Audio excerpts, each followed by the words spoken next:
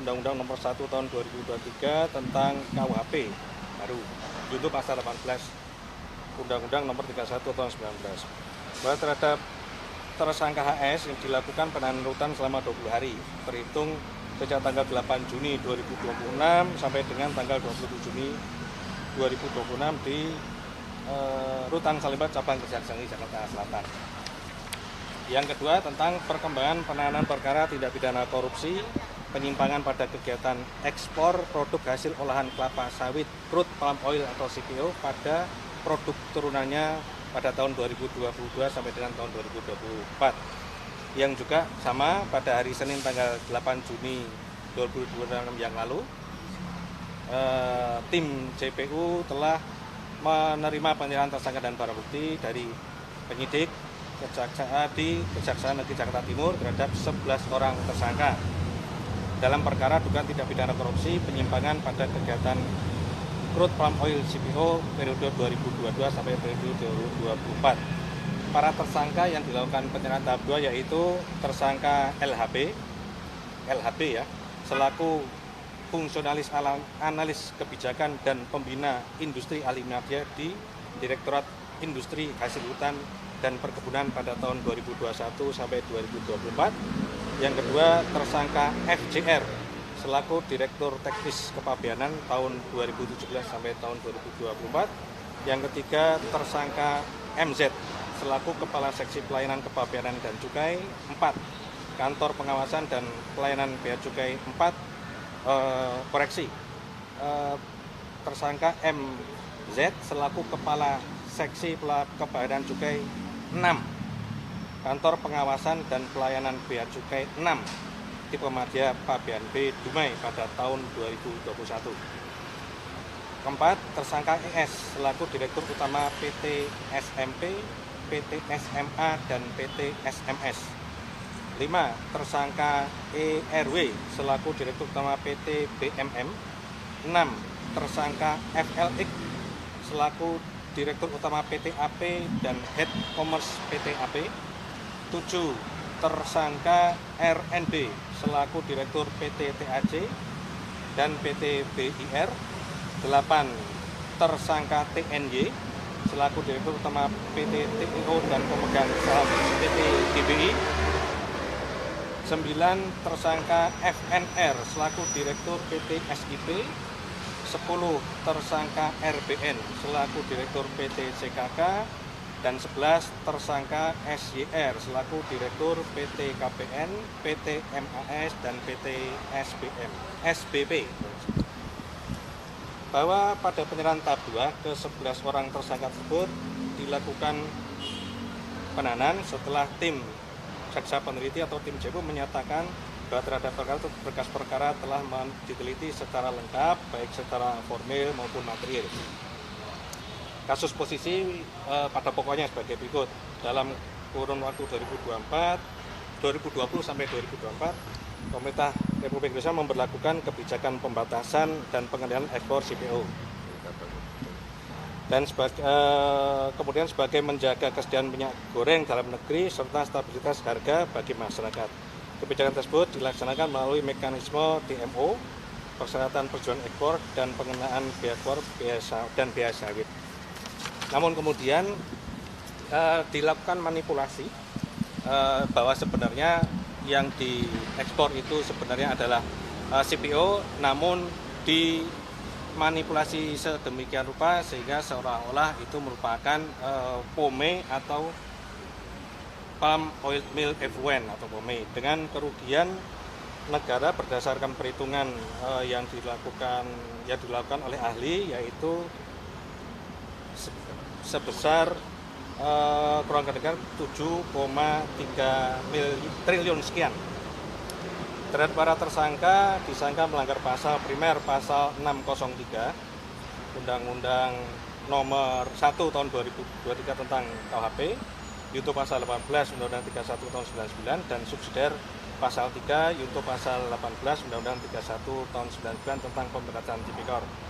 Untuk selanjutnya, para tersangka tersebut dilakukan penahanan selama 20 hari dari sejak tanggal 8 Juni 2026. Yang ketiga, saya sampaikan tentang perkembangan putusan perkara banding di Pengadilan Tinggi DKI atas nama terdakwa Muhammad Khairi Adrianto Riza, yang pada hari Rabu kemarin pada tanggal 10 Juni telah dilaksanakan pembacaan putusan oleh Majelis Hakim tingkat banding pada Pengadilan Tinggi DKI dengan terdakwa atas nama Muhammad Khairi Adrianto dalam perkara tindak pidana korupsi tata kelola minyak mentah dan produk kilang pada PT Pertamina, yang pada pokoknya menjelaskan bahwa putusan Majelis Hakim tingkat banding tetap menjatuhkan pidana penjara kepada terdakwa Muhammad Khairi selama 15 tahun, denda sebesar Rp500 juta, subsidiar 140 hari.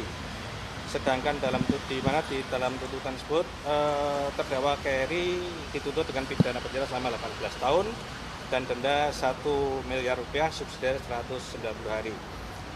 Majelis dalam tingkat banding dalam putusannya menyatakan perbuatan terdakwa Muhammad Khairi selain mengakibatkan kerugian negara juga telah mengakibatkan kerugian perekonomian negara sebesar 171 miliar dan uang pengganti terhadap kerugian perekonomian negara sebesar 10,5 triliun.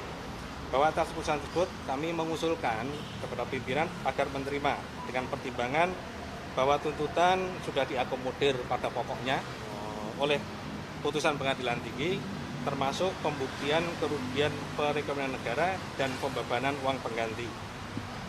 Oleh karena itu, namun perkara tersebut belum memiliki kekuatan hukum tetap karena kami masih juga menunggu sikap dari penasihat hukum maupun sikap terdakwa atas putusan pengadilan tinggi tersebut. Demikian yang bisa saya sampaikan. Baik, tadi disampaikan oleh Pak Dirtut beberapa hal yang baru terkait dengan penuntutan. Selanjutnya di samping kami ada Pak Dirdik terkait dengan dugaan tindak pidana korupsi dalam tata kelola MBG, di mana dari hasil pendalaman penyidikan baik dari beberapa keterangan saksi maupun alat bukti yang lain akan disampaikan hal-hal yang baru dari Pak Dirdik. Silakan Pak Dirdik.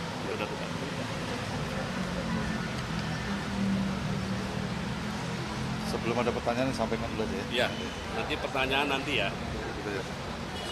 Jadi teman-teman media semua, pada hari Sabtu yang lalu, tanggal 6 Juni 2026, ya, itu tim penyidik menetapkan satu orang lagi tersangka, ya, atas nama HYS selaku pihak swasta sebagai tersangka, ya, dengan kasus posisi sebagai berikut, kurang lebih, bahwa PT HYS ini merupakan pihak swasta yang diminta oleh tersangka SS selaku wakil kepala PGN untuk mencari mitra dalam rangka melaksanaan program makan bergizi gratis. Bahwa saudara SS melawan hukum memberikan akses kepada HYS untuk melakukan intervensi kepada tim verifikator mitra NBG sehingga dapat mengetahui titik-titik dapur yang kosong, ya, dan mengatur sedemikian rupa calon SPBG yang mendaftar pada portal mitra NBG, ya, yang semula telah disetujui kemudian menjadi dibatalkan status pendaftarannya, dan saudara YS memfasilitasi SPBG yang baru mendaftar portal yang sudah tutup.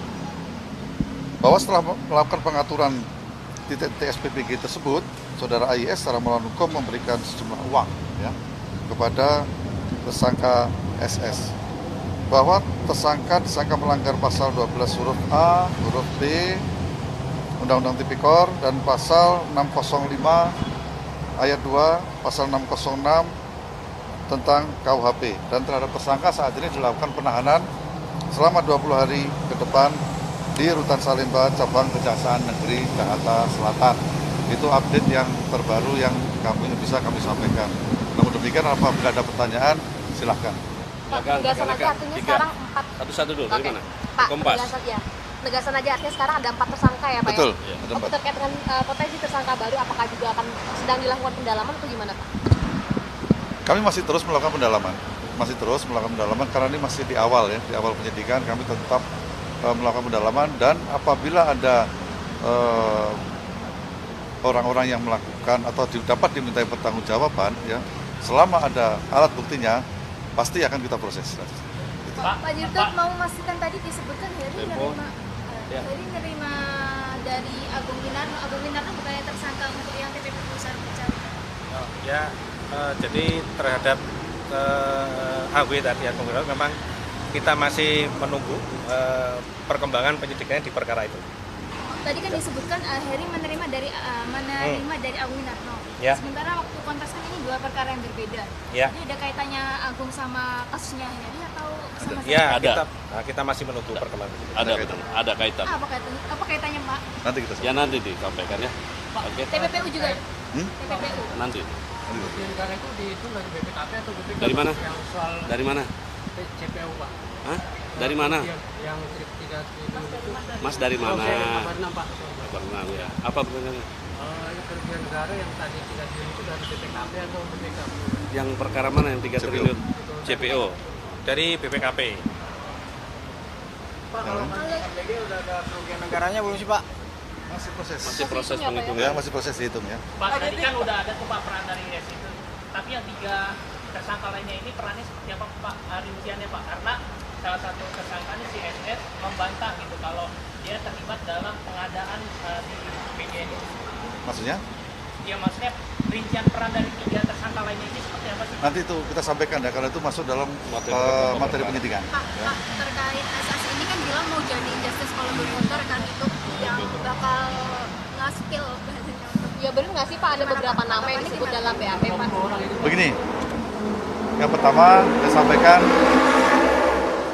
tadi ada beberapa media nanya ke saya, apakah kami sudah menerima permohonan JC ya, oleh salah satu tersangka, yaitu tersangka SS. Benar, kami sudah menerima permohonan tersebut. Dan demikian, permohonan itu sedang kami teliti, kami pelajari, kira-kira keterangan apa yang akan diberikan dan alat bukti apa yang sudah kami dapat.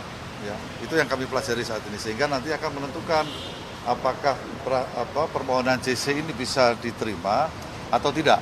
Ya, karena JC itu diberikan kepada pelaku yang bersedia menjadi saksi untuk membongkar peranan yang lebih besar. Ya. Nah, di sini akan ditentukan apakah ada peranan lain yang lebih besar atau kewenangannya itu ada di mana ya untuk melaksanakan. Itu sedang kami pelajari. Kejaksaan akan mendalami ini nggak beberapa jumlah orang yang namanya disebut di BAP-nya Sony. Kami akan memeriksa tersangka SS terlebih dahulu. Ya, setelah menerima ini kami akan memeriksa tersangka SS dan agar yang bersangkutan menerangkan kepada kita apa yang informasi yang didapat. Jadi bukan hanya nama saja, tapi apa informasinya. Sejauh ini Kepala BGN sekarang Bu Nani apa sudah dijadwalkan untuk dipanggil? Belum, tapi itu sudah saya sampaikan waktu itu, ya waktu doorstop yang lalu, bahwa semua yang mengetahui itu memang berpotensi untuk dipanggil sebagai saksi. Ya. Tapi tidak semua saksi adalah berperan dalam tindak pidana itu, tapi dia yang mengetahui, mengalami, dan lain-lain. Pak, Cukup. dalam waktu dekat ini dari 4 tersangka ini ada yang akan diperiksa Pak? Dan kapan?